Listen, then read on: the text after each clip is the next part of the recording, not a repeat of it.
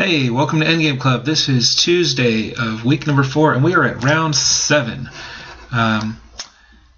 cheVelle has really blasted ahead here with +4 in just 6 rounds. That's a very high strike rate.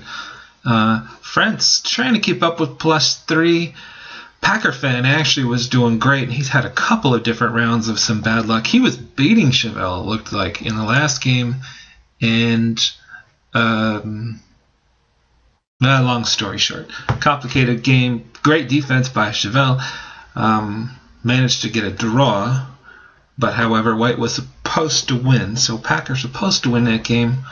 That would have been a tough 1-0, not 100%, you can see a little asterisk here, not entirely a sure thing. It says White has an undisputed advantage. It didn't really come out and say that White should absolutely definitely win that one, so I have an asterisk on that one.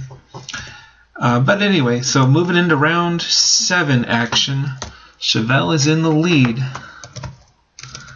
and let's see what we've got. I personally am player number 4. We've got 4-6, so that would be Packer. I'd like to see Packer do well. Of course, I'm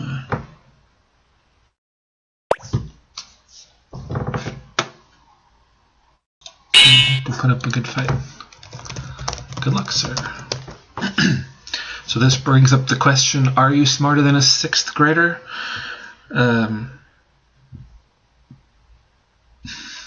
Maybe. Oh, good. So at least I have a better position than the 6th grader. All right. So yeah, Elton and Mymas and Packer, these are some of the talented Scholastic players here in Ohio. It's a really nice mixture in Endgame Club of some adults and some kids. Okay, so back to the game. This is a Rubinstein game. Again, the theme, the problem of exchanging, Chapter 4 of Sharashevsky. And our last night was Sharashevsky's Chapter 4 before we finished the halfway point. Frentz would really like to just coast home to a solid performance. I have, as you see here, 6 rounds and not a scratch on me. Haven't messed anything up too badly. Always getting par.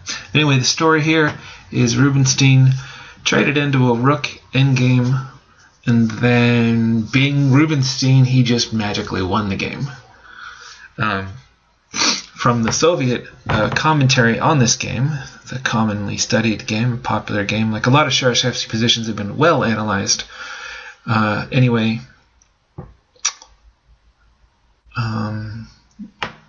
looking at the book, it looks like this is a par draw, if I remember. In other words, I don't think White should be expected to win this game unless you're Rubinstein, in which case a rook endgame for Rubinstein basically is a win.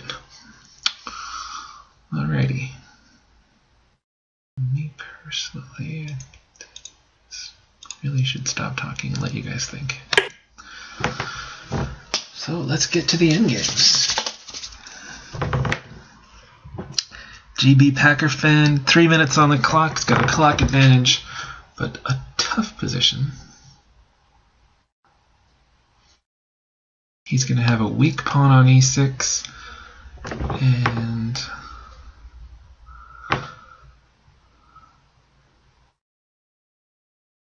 maybe rook c6 first would have been stronger. I'm not really for sure.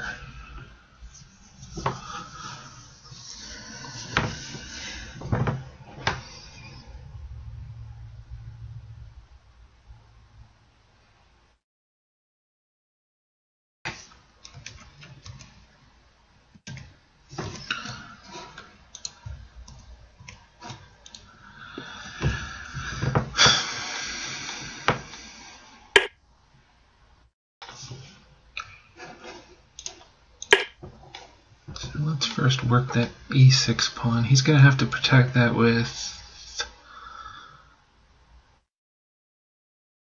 either the other rook or the king. Naturally, that makes sense.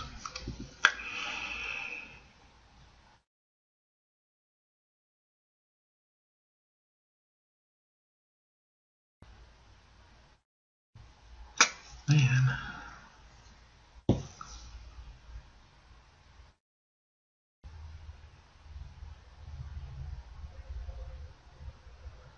The problem there is that g6 pawn is hanging. So let's see. Bishop takes knight.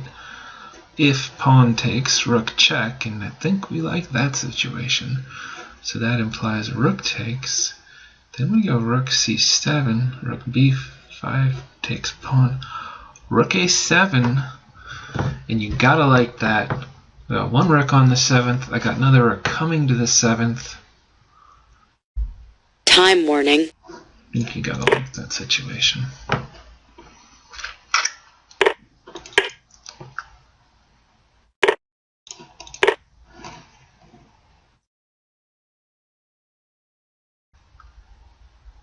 Now rook a5 makes sense to me. I think what we do there is we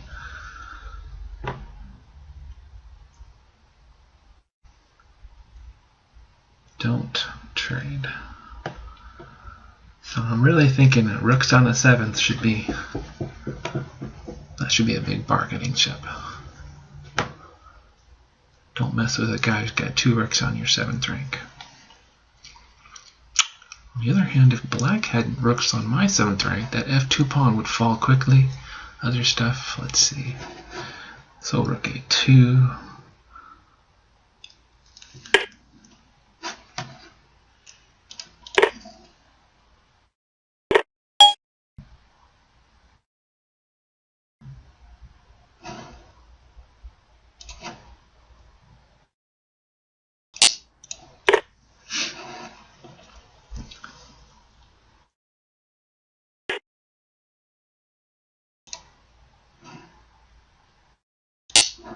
Alright, now we need some chess.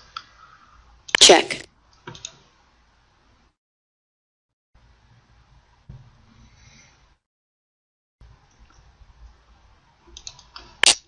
Need to restrain that e6, e5 coming up.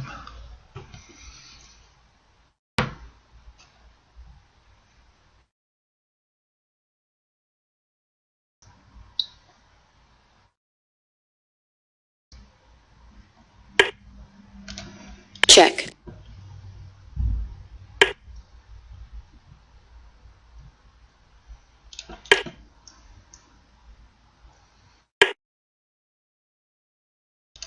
Check.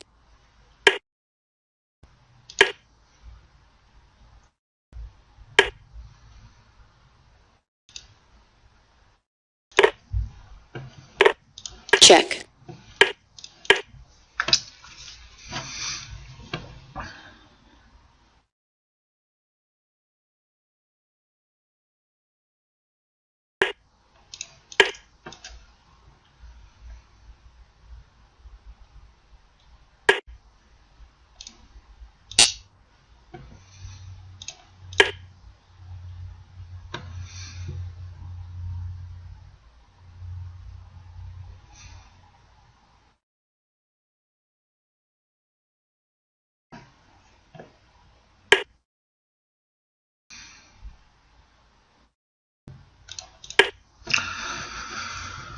Oh boy.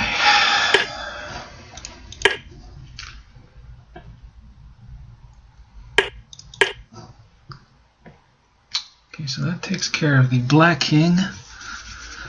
Let's hope that I know what I'm doing.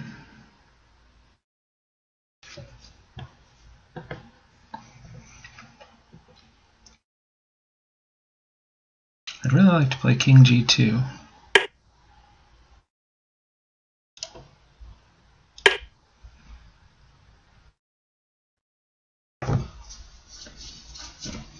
Check.